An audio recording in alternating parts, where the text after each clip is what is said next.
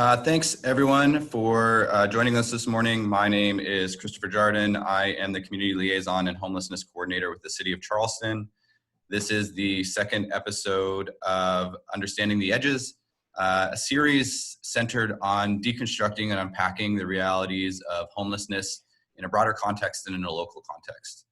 This is an initiative of the Mayor's Commission on Homelessness and Affordable Housing that was put together by Mayor John Tecklenburg of the City of Charleston in 2016, but has representatives within Charleston, North Charleston, Mount Pleasant, and Somerville, and is really a recognition of the complexities of homelessness within our area and a recognition that this is a regional issue and not something that is the responsibility of any one individual, any one agency, any one municipality, but is really something that requires all of us coming together as a community and an all hands on deck kind of an approach to ensure that we're able to best meet the needs of every last citizen in our area. So this series was put together by that commission as a means to highlight some of the amazing work that's going on in our area, just to educate sort of the population around what is going on to address, again, what is often a very complex and nuanced issue. And so on one hand, we want to sort of start to break down the misconceptions that folks might have around what homelessness looks like, recognizing that, again, homelessness looks different for every single individual who's experiencing it. When we talk about homelessness, we tend to talk about it as this big amorphous concept, but in reality, we're talking about individuals with individual stories. So we really want to highlight those stories. Again, throughout the series, we'll be featuring conversations, not just with, again, those providing service, but with those who have experienced homelessness themselves, in an attempt to really sort of shine a light on what's going on in our backyards. So on one hand, we're looking to educate, and on the other hand, we're looking to inspire. A significant portion of this initiative is centered around activating the general public, activating us, as service providers or just as citizens to take a more active role in being a part of the solution. So today, we're going to be featuring a couple of individuals. Pastor Walter Strawther of Hibben United Methodist Church in Mount Pleasant, and Pastor Erik Grayson of Aldersgate United Methodist Church in North Charleston. Two, again, faith communities that have done some really excellent work over the years in, again, addressing some of the unmet needs of, again, folks in our community. Today, the conversation will be hosted by Pastor Eric Childers of St. Matthew's Lutheran Church here in downtown Charleston. And with that, I will pass it over to Pastor Eric. Thank you, Chris. Thanks for allowing me to be with you today. I look forward to this conversation. So as we understand the edges of the issue, I'd like to start by understanding really what your ministries look like. So Pastor Walter, Pastor Eric, tell us about the work that you do with individuals who are unsheltered in our community and why you do it. Walter, go right ahead. Okay, I sure will. Here at Hibben, when I got here, we were already doing a warming shelter, providing what we call a warming center. And during the wintertime, when it gets below 34 degrees or below, we open our gymnasium and allow folks to come and spend the night to get out of the elements, provide a meal that night, showers, and then again, a safe place to sleep. And in the morning, you have breakfast and a bag to go with them. We will also have provided what we call Hibben Help, similar to, as we were discussing before we got into this meeting, sounds like a couple of you all do something similar, providing help with utilities and rent if possible. But that was on Wednesday, and Wednesday mornings we would provide that offering. But obviously, all of this has kind of come to a screeching halt with COVID-19 and the concerns that we have. Most of our volunteers are older, particularly with the warming center. And so we're not able to continue that ministry at this time. But one of the things we are able to continue to do is some of them call blessing boxes. We call ours the little pantries. They're boxes that are placed outside of the building on the campus. We have one in the front and one in the back area where folks can come and just take whatever canned food, non-perishable foods they want, take as much as you want, but thinking about other folks that maybe coming along behind you. And then what we found is that we have some community folks who may not even be associated with the church as far as we know, but they will also put items in that box. And so it has been a way to connect with the community in some ways, and some of the notes and stuff that we found left in there. We also have begun to partner more with the Navigation Center and helping, they help find affordable housing, and we've been able to help at least one family move in and provided some of the furniture and so forth for the family as they were moving in, and continue to support Wynwood Farms and Echo East Cooper Community Outreach and other organizations that are doing this work in ways that we're not quite able to do right now.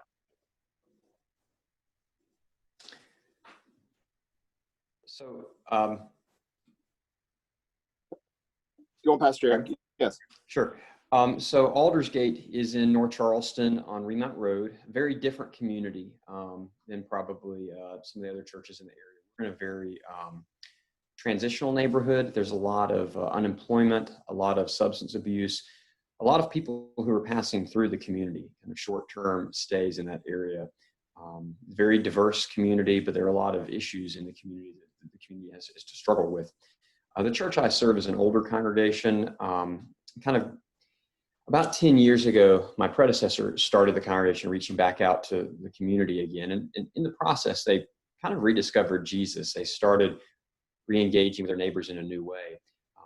Now we've got a food bank, clothes closet. We give showers to the underhoused and homeless in our community. During the pandemic, we actually started a to-go soup kitchen once a week, and we doubled our food bank distribution days during the pandemic. So now we're doing that every Wednesday, soup kitchen every Monday.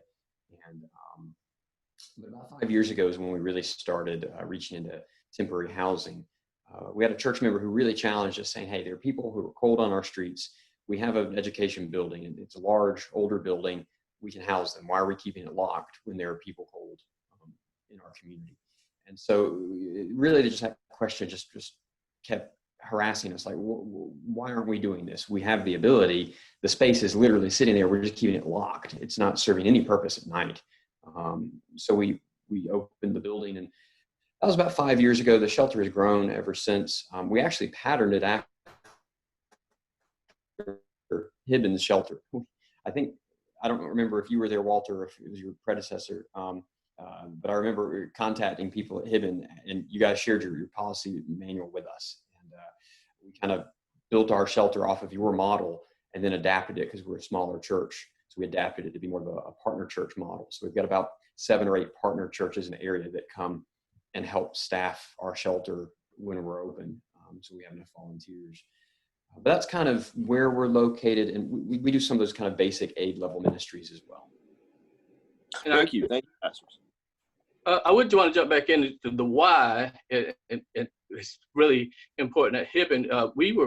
This was prior to my coming. My predecessor was there, but it was actually a female veteran, armed service veteran, who pushed Hibben to get involved with this ministry. Her name is Beth Hernandez, and her story is quite remarkable. I don't have enough time to tell it here, but she really got to know, the associate pastor the co-pastor got to know her very well, and was really, the pastor's eyes was open to the need, and Beth really kind of guided Hibben through this whole process, and we've gotten more structured as time has gone on.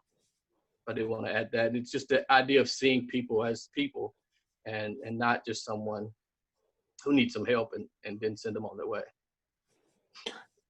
So let's do a follow-up to that as well about why you do these things. So we at St. Matthew's, we have an outreach center, and we've discerned exactly what is our place here. We know we can't help everybody in the community, but what is our mission? What's our vocation? What is our call?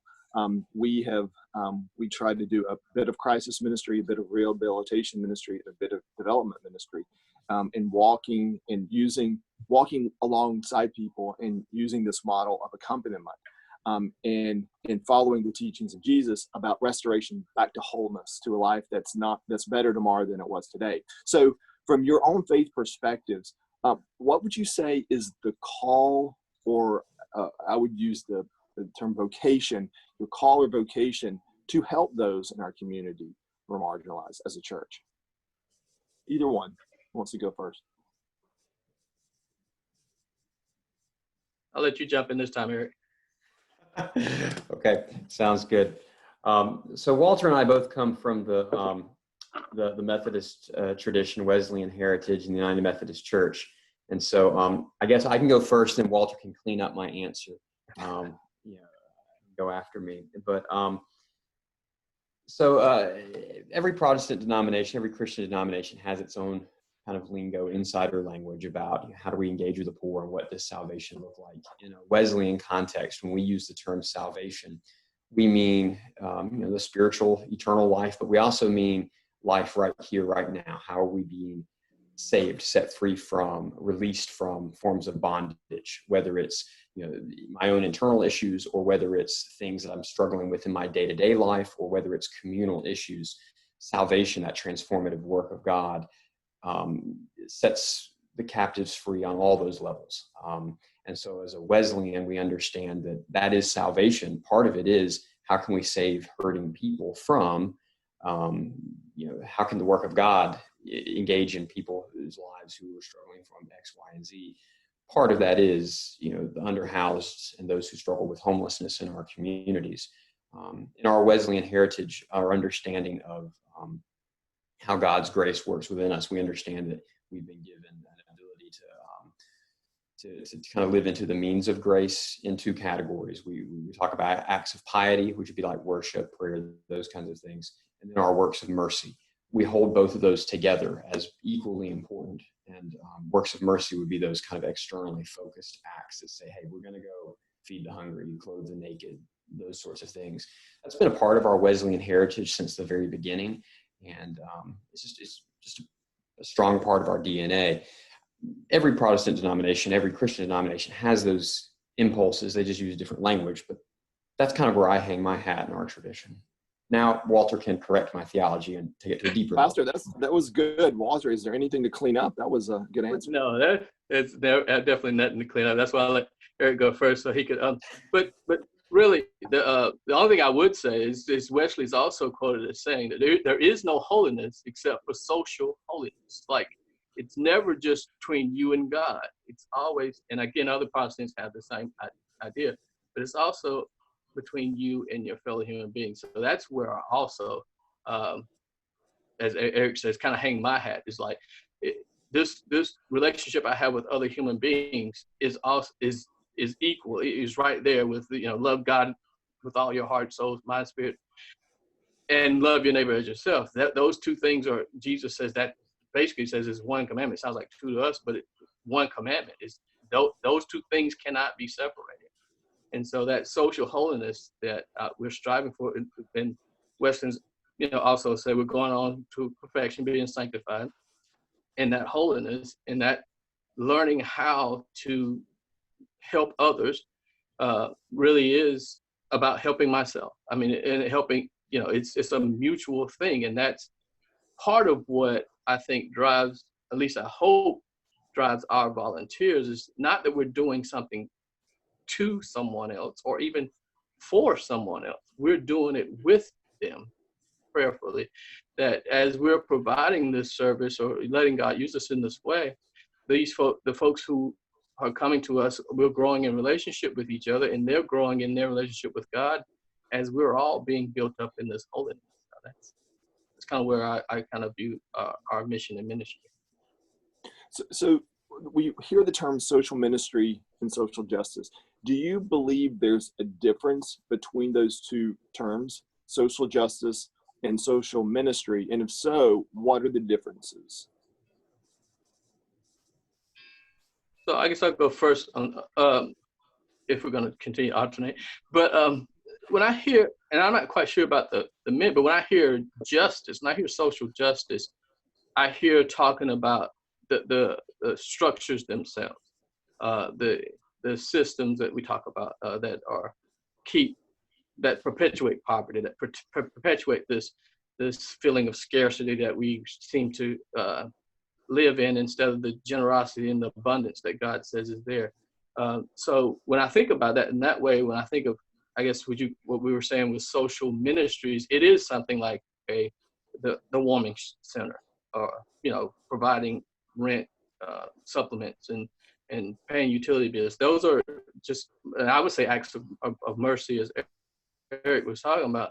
But then I would think acts of justice would be then to get involved. And there's a lot of debate about how involved churches should be politically, but I think if we are addressing issues, not supporting parties or candidates, but addressing issues that that allow for us to participate in those, don't create this break or create partisanship, then I think we can do those acts of justice along with the social justice, along with social ministry.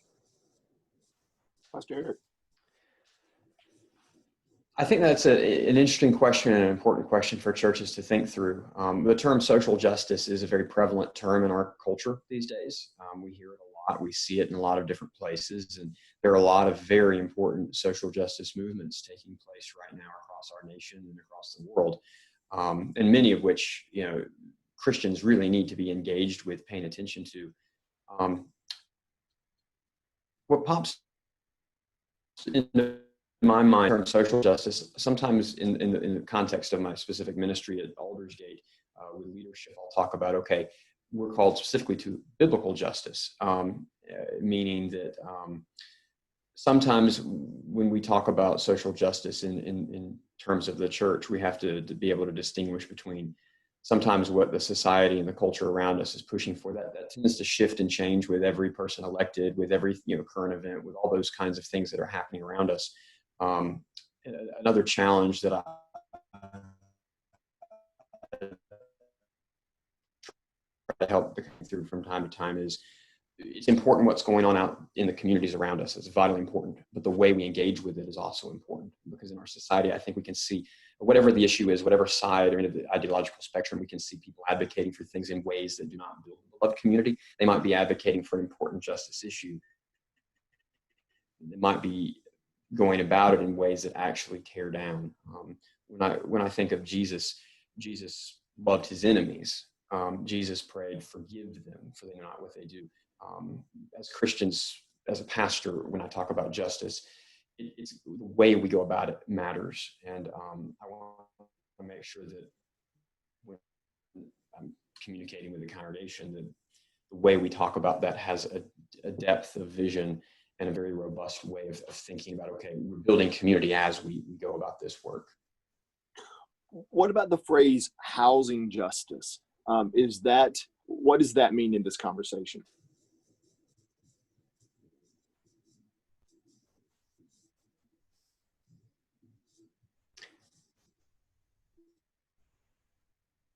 We may have yes, I'll go ahead. I think he's. Yeah. Yeah. So housing justice. That is.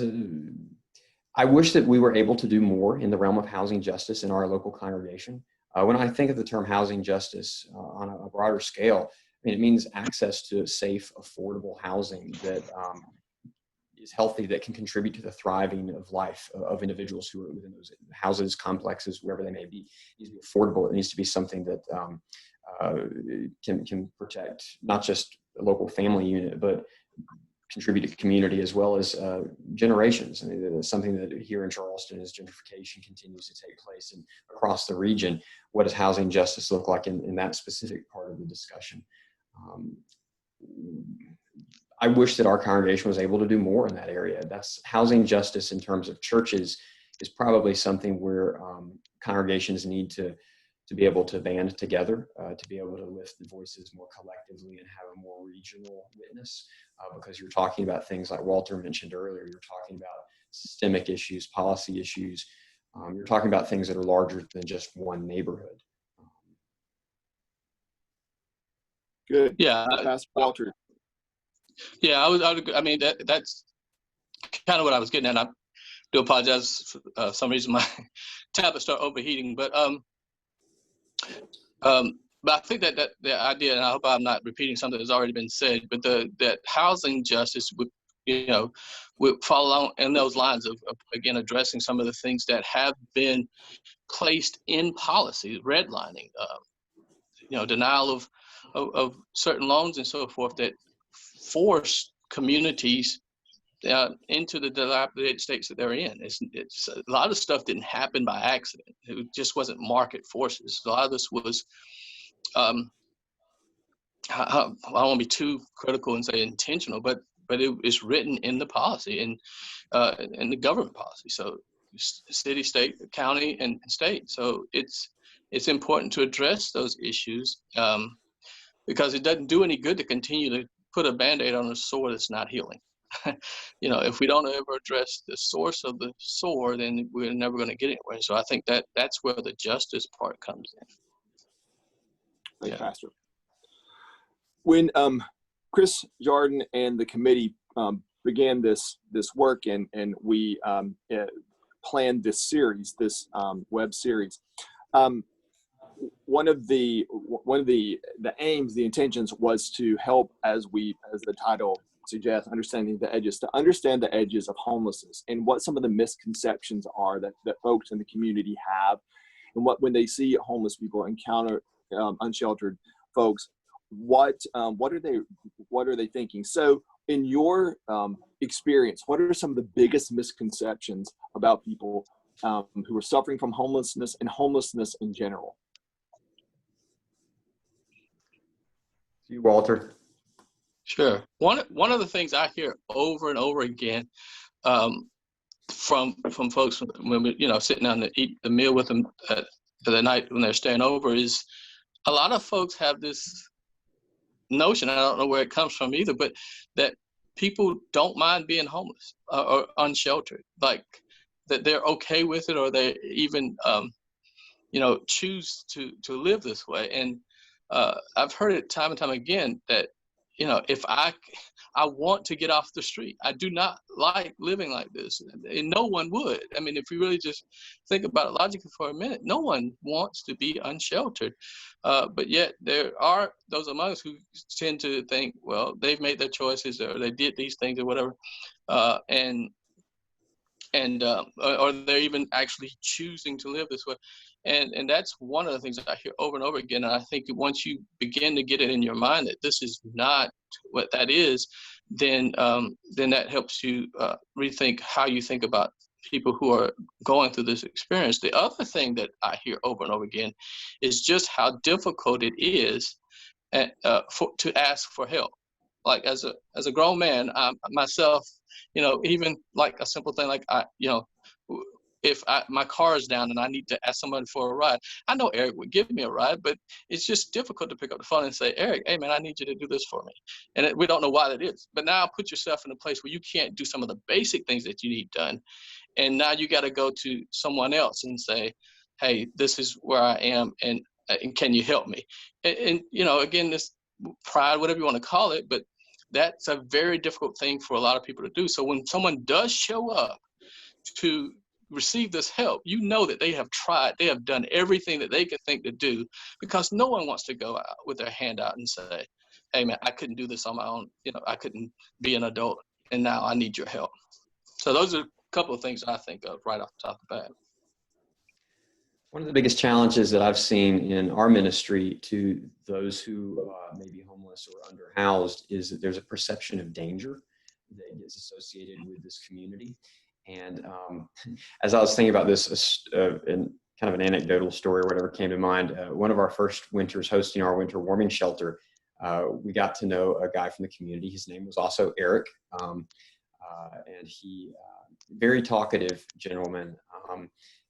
But there were a few things that were different about Eric. And these all probably contributed to a perception among some of our volunteers that maybe he's not safe.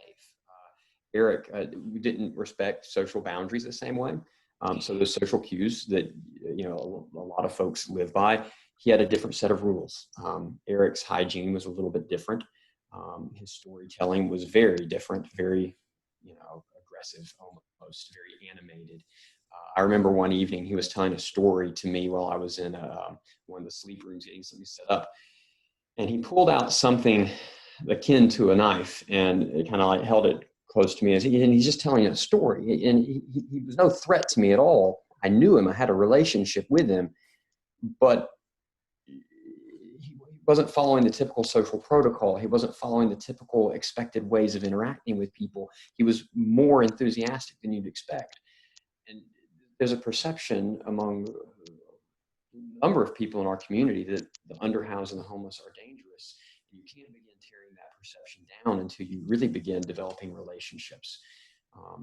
And there are a number of reasons why those perceptions might be there. It could be hygiene, it could be just social cues, or it could be things like mental health, that until we begin developing those relationships, we don't understand the underlying issues. One of the more exciting revelations that our volunteers have had in doing our shelter ministry and our food bank is that, the folks who come to our ministries, they're not other. They're actually someone's child. They're married. They have kids. And once those stories start coming, it really breaks down that misconception, but it still exists. And it's something that we've constantly got to work against. I would add, from our own perspective, we've seen that folks become homeless for a myriad of different reasons, and how to address the needs of homeless and unsheltered people varies wildly for whatever their needs may be. Let's move on to the next one. So what would you say are some of the biggest about the biggest obstacles to changing the landscape of homelessness in our community? What are some of the biggest challenges to addressing and changing the problem of homelessness? Kind of in addition to some of those misconceptions I mentioned just a minute ago, I think it surprises me the amount of resources that are available in the community, and I don't necessarily mean that in a good way. Serving at Aldersgate, this is my first appointment. Before being here, I was at a seminary up at Duke in North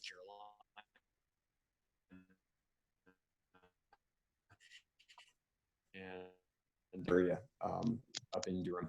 And I remember learning about that in that context, moving down here to the Charleston region, and being very surprised at the comparative lack of resources in the community compared to that, the Triangle area. Here, there just seem to be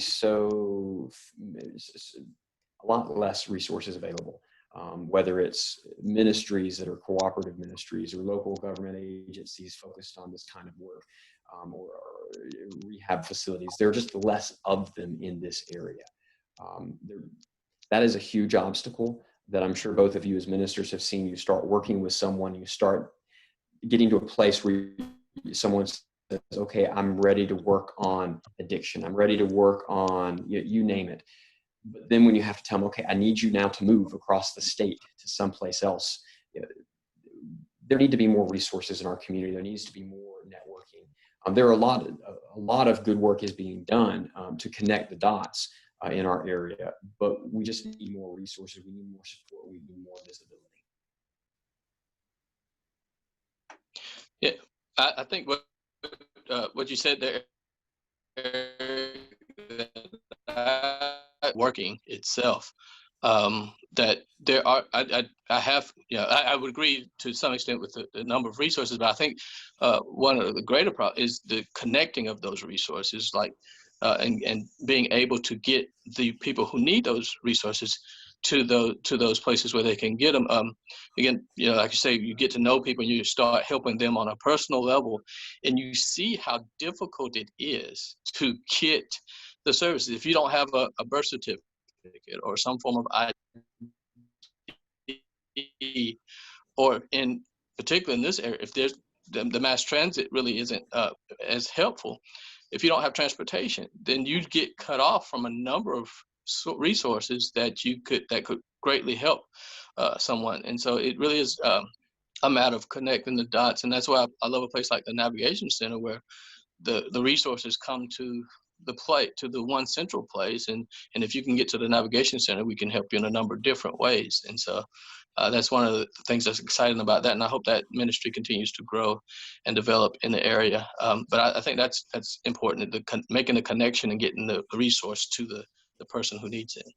Yeah, I mentioned that part of our ministry here is walking alongside, walking with folks. And one of the things we do in our conversations is Pastor Erik, there are a lack of resources in some cases, but the ones that are available, we try to connect people. So we see part of our ministry as one of connecting people to others in the community who can do the job better than we can. So being that person that they can come to and listen to and interface with. So where do you see communities of faith, whether it's churches, temples, mosques, where do you see communities of faith being able to be, or being uniquely suited to help with homelessness issues? How can we help? This may sound trite, but I do think it is building the relationships, having people feel. One of the things I hear when we were doing the warming center is, this is the first time I felt like somebody cares. And I think that's really what we ought to be about. I mean, I think that we are about, but I don't think the general public in many ways thinks of the church, and unfortunately doesn't think of the church that way. It's a place where you can go to get help. Like a lot of people think of the church as a place they're just trying to separate you from your money or whatever, blah, blah, blah. But I think that that's where we can really be of the greatest is this source of hope. This source of that we can't. There is something that can be done. I'm not my situation is not hopeless. That there is something that to hold on to move forward with. And so, but in I guess in more practical terms is that idea of then providing acts of mercy that move a person to that feeling of hopefulness. One of my favorite books on poverty ministry is Brian Fickert's When Helping Hurts, and he defines poverty not simply as a lack of material goods. He says that that's symptomatic of something else. He says that the greater issue is underlying. It's a poverty of relationship. And he defines that everybody has 4 key relationships. He says that one with God, self, others, and creation. And his argument is that all of humanity has a poverty of relationship in one or more of those 4 categories. And for someone who is underhoused or a person who is homeless, there may be a number of reasons why they are experiencing that material poverty, but he connects the dots back to maybe it's because they see themselves as worthless, so they need to be able to develop self-esteem, or maybe they see themselves as rejected by God, or maybe they have broken relationships with others. And so I really love that way of thinking about poverty, because that's the unique role that faith communities, and as a pastor, that's the role that we play as the church, is we can help restore and renew those relationships in a way that other kinds of services, secular services, they don't have the toolbox to provide that kind of connectivity and renewal for a person. And so I encourage churches to lean into that. What's the unique role that we can play in addition to the other kinds of services and ministries we provide? I want to ask a follow-up question. That one of our studies here, our congregational study, was with the book. We're using that book that you mentioned, When Helping Hurts, which I found particularly helpful.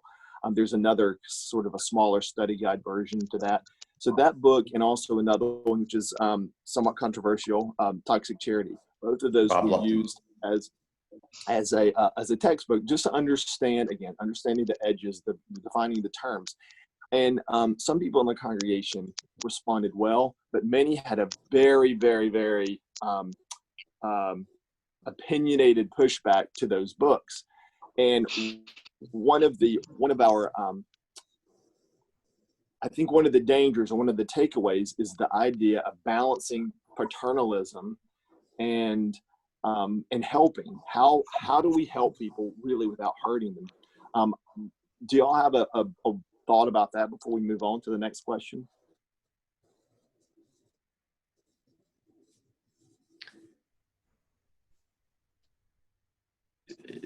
You're me, Walter. Well, you go ahead. That is a perennial question that we did a church-wide study on that about 5 years ago as well. And that is a continual question that we have raised in the congregation, particularly when we want to lean in and do more poverty ministry.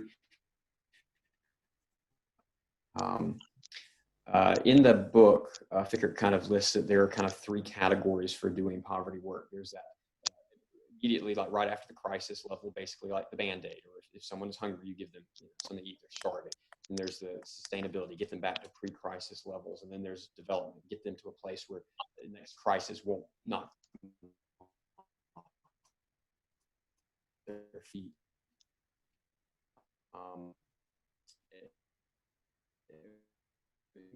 One thing so much easier to exist in the first level, that aid level.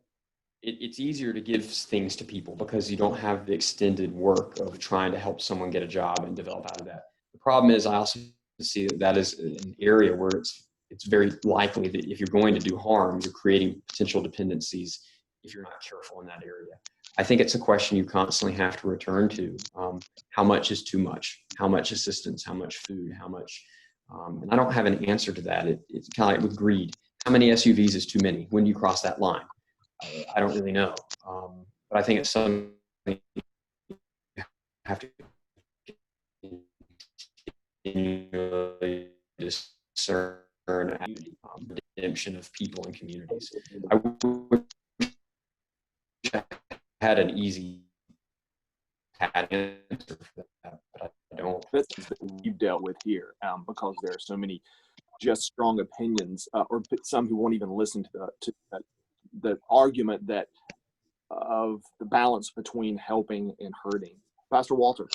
I would say that, it does go back to relationships, and it's if a friend of mine came to me asking for help, I have enough information that I've gotten to know them, then I can make a pretty good, I mean, I still could be wrong, but I can make a pretty good judgment about whether or not I should get, if I know that they've been on crack for the last 15 years and they come to ask me for $20, and I know hadn't been helping, trying to get help or get out of this, then I'm probably not going to give them that $20 because I know what, I'm pretty confident in what they're going to do with it. It comes back to these relationships and knowing there's no one size fits all. And we've got to get past treating these people as objects, as the recipients of what we're doing. That I sound like I'm repeating myself, but I hope I'm not oversimplifying it. But I really do feel like it is the relationship. These really taking the time to get to know the people, so when they come and they show up and they're asking you. You have a relationship with them, and so you can make maybe a better analogy is a parent-child, not in the sense that we're the parent and they're the children, but that parent-child relationship. Okay, this child needs this. I have 2 daughters. I can't talk to my older daughter like I talk to my younger daughter. It just doesn't work. They don't need the same things, and it's the same way with these unsheltered people. Are not, they're not just one group of people. They're individuals within this group, and so that's where I fall down on it. And it is what Pastor Erik said. It's difficult because we want one simple answer. This is what we do every time, but no, that's not going to work.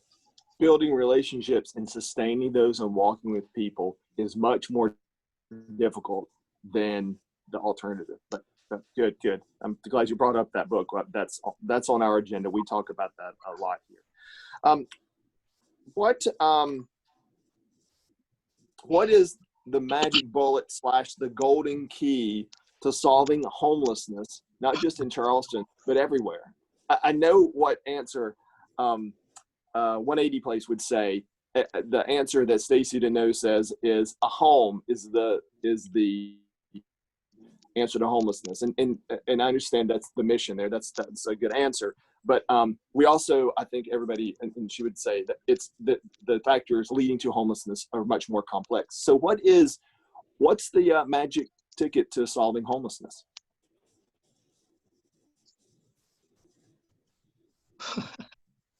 That's an unfair question, I know. I'll take this one, and I guess I'll go first, so then you can clean up what I mess up.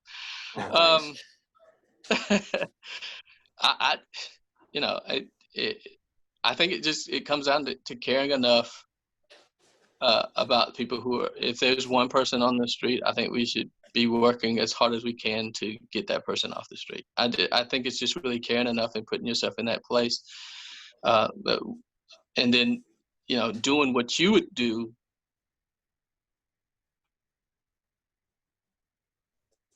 with one others who's loving enough is, to me, is the magic bullet. Yeah.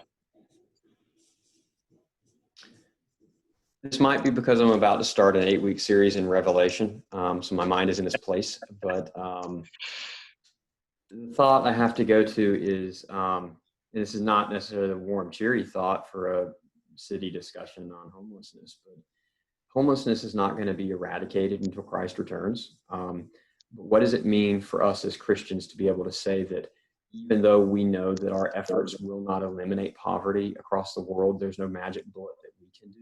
What does it mean to say that with that knowledge that we are still willing to stand in the breach and do our very best, like stopping a dam that's breaking? What are we going to do to even stand in the middle and say, look, no, we're going to keep trying, even though we know that it is inadequate and we can't fix the problem. We're going to be there.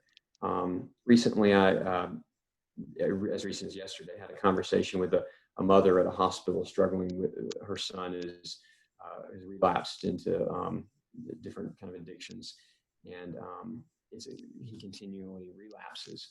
What does it mean for a mother to say, look, I know I can't fix the problem, but I'm not going to give up on you? At some level, I think that might be our witness as a church, but our witness as larger communities, because oftentimes communities want, we want a simple answer, say, okay, one and done. We're going to throw money at this and we're going to fix it, but if we can't, then we're not going to do anything. It tends to be our approach. Are we in it for the long haul, the difficult journey? I think that needs to be our mentality. Chris, I want to ask one more question, and then I'll turn it to you to see if any of our other viewers, listeners would like to ask a question. So the question for the pastors, what are ways the average citizen, believer or non-believer, can be part of this ministry/effort?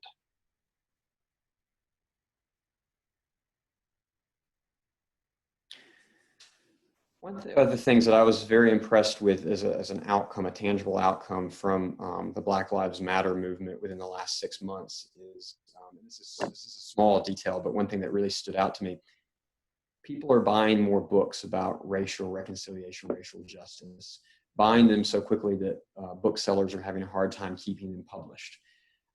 I would love to see that also happening for issues related to homelessness. What would it look like for the general public to have a hunger to know more, to be better informed, so that there's a deeper awareness?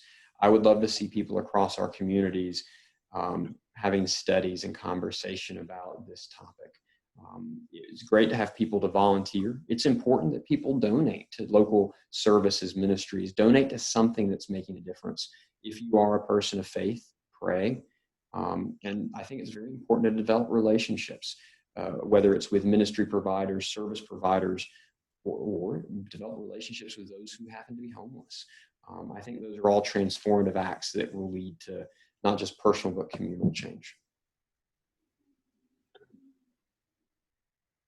Yeah, I think Eric hit it on the head. The only thing I would add to that is then if you do have young people in your life, children or grandchildren or nieces and nephews that you can get involved to, then train up the next generation to continue that work.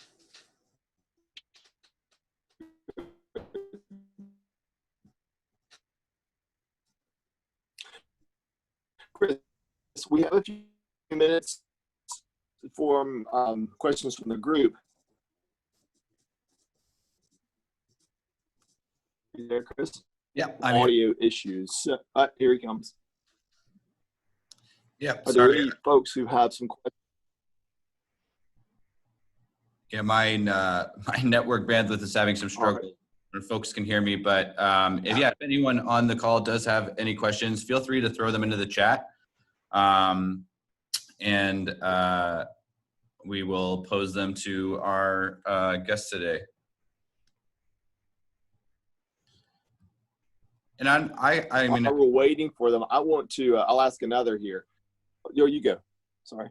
no, I was going to say, I don't know if we covered this, but I'm curious as to what, if any, sort of challenges do you see in terms of faith communities taking more of an active lead in, again, leading efforts to, again, address the complexities of homelessness in our community?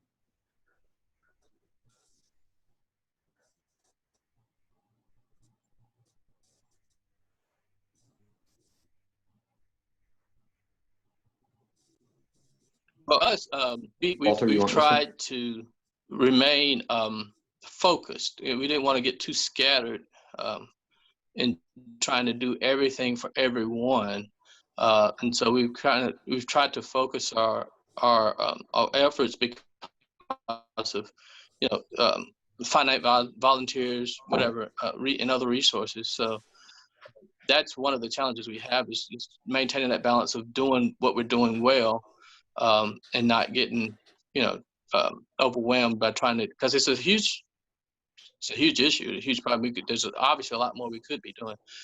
So that is one of the challenges we have, is continually evaluate how affect and providing what we provide.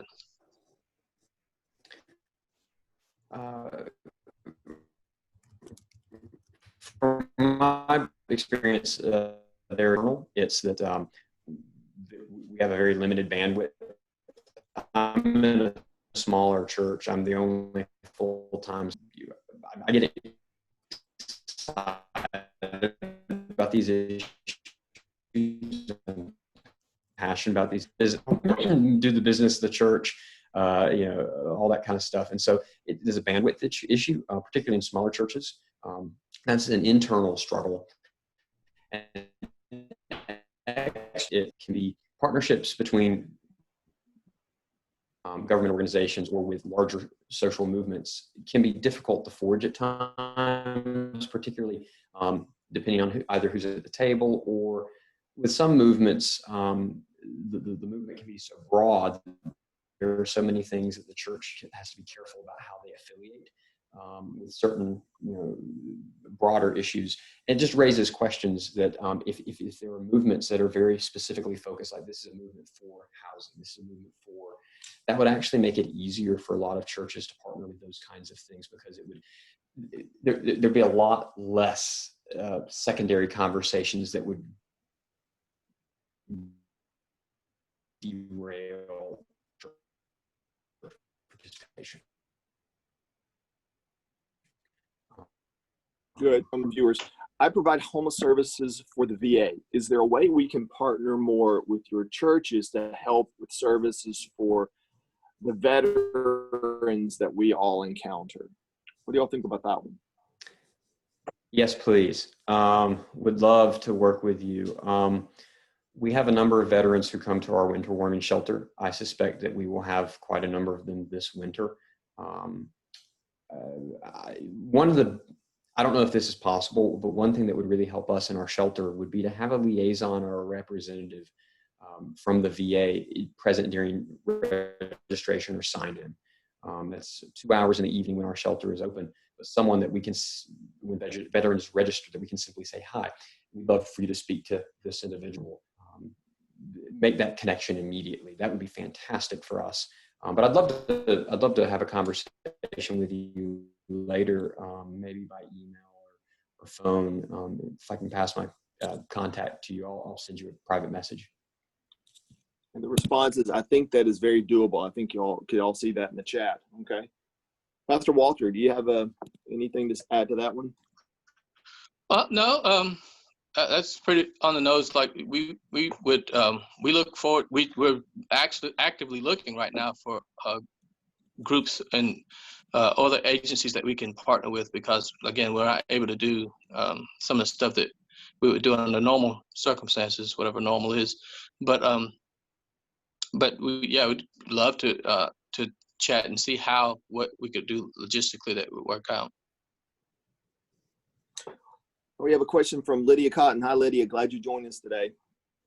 How has the language barrier affected what we do?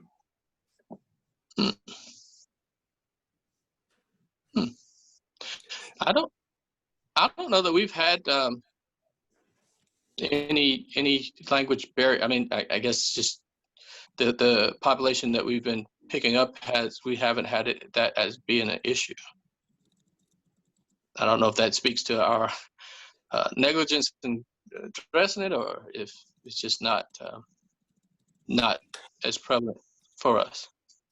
One of the things I think has been an eye-opener for so many people in this pandemic isolation is the reliance of families on school meals. And my wife is an English as a second language teacher in North Charleston, and that's been one of the really heartbreaking stories. And we talk about the gap and the divide in this virtual learning. That's been certainly something that she has dealt with since late March. We had a family 2 weeks ago who came to the outreach center. Pastor Rebecca and I distributed food to this family, and it was a family, a non-English speaking family, to receive crisis emergency food bag, and the mother couldn't speak English, but the child could. So we communicated through the child, which is often the case. But that hasn't, like Pastor Walter, that hasn't been an issue that we have faced often in our own ministry here at St. Matthew's. Pastor Erik, what about you? So we do receive a handful of Spanish-only speakers at our warming shelter in the winter. We would love to be able to extend that ministry to a wider, I'm assuming there are more Spanish speakers who need that ministry in the winter, particularly since we'll be the only we anticipate being open this winter. We believe we'll be the only shelter in North Charleston. I would love to increase that, our ability to provide ministry and services and welcome to our Spanish-speaking friends. I don't have Spanish skills, and I'd love to be able to partner with you, or if you have people in your network that would be interested in volunteering at reception sign-in, it'd be a great way for us to help welcome folks and get the word out into the community that this is available. All right, we have time for one last question here. This is from Sandy Morkel. Thanks, Sandy, for joining us. I'm just going to read this here. I'm needing my glasses here. In other states, churches play a role in providing transitional housing for selected individuals or families through networks. 10 churches in a network providing 7 days of shelter, dinner, and breakfast, and cycling through each 10 weeks. While another organization like Navigation Center provides programs during the day for participants. Job training, counseling, school, or daycare for children. Is that possible and needed for Charleston? Yes, Sandy. When I was in Virginia, our church, I think the program was called PACEM, PACEM, and there was a consortium of churches that provided that. It was an overnight assistance. Pastors, what do you all think about this one? There have been conversations about starting that kind of ministry. There's the model in South Carolina is called Family Promise. That conversation started a couple of years ago in the North Charleston region. Unfortunately, it never got off the ground, and I don't know why it didn't. But that's almost exactly what the program is that you've described in South Carolina. Really, I think it comes down to finding the right partners to be at the table. And I believe Chris is working on some family, trying to restart Family Promise. He may want to speak a bit more about that. I mean, yes, there's definitely some active conversation happening. Again, with so many things, the pandemic put a damper on that. But one of the parts of that program that I was the most excited about, and I'd ask you all your thoughts on this, is the idea of mentorship. And I think that often as, again, the social service sort of network, and this is not unique to Charleston by any means, is really great at assisting people through those programs. But then when people exit out, I think oftentimes there can be a lack of follow-up support to ensure that that success is sustainable. And one of the things that I have thought often about is, again, with having such a robust faith community in our area, what, if any, role could, again, churches play in sort of coming alongside families that are newly housed to mentor them, in effect, to, again, build those sort of skills to, again, ensure that, again, they are successful in the long term and get that sort of additional necessary support. Pastor Walter, did you want to say anything about Sandy's question? I know. I was again echo some of that. A lot of what was already said. We were interested in the family promise, and we're having the conversations, and said it kind of just. Sandy, one of the ways I would answer that is here at St. Matthew's, we have a great location, ideal location there here at Marion Square. One of the things we are limited on now is our facilities to house even an overnight ministry like that. We have a large parish hall, but our bathrooms really are, our restrooms are almost inadequate for the congregation, to support the congregation. So we're talking just basic facilities, not showers or anything.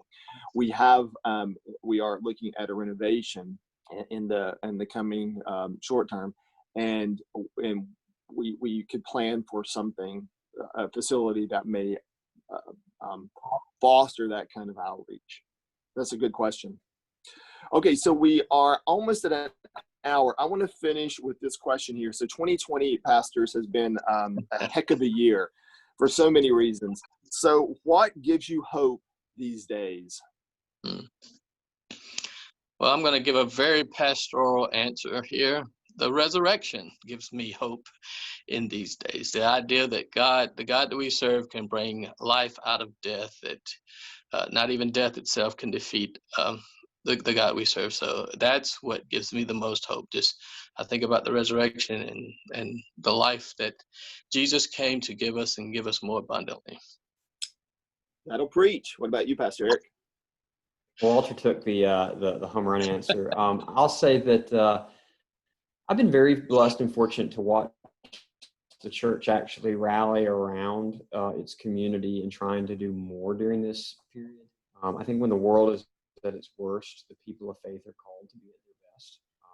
And I see the power of God at work in the community of faith, in those individuals who are seeking to serve. And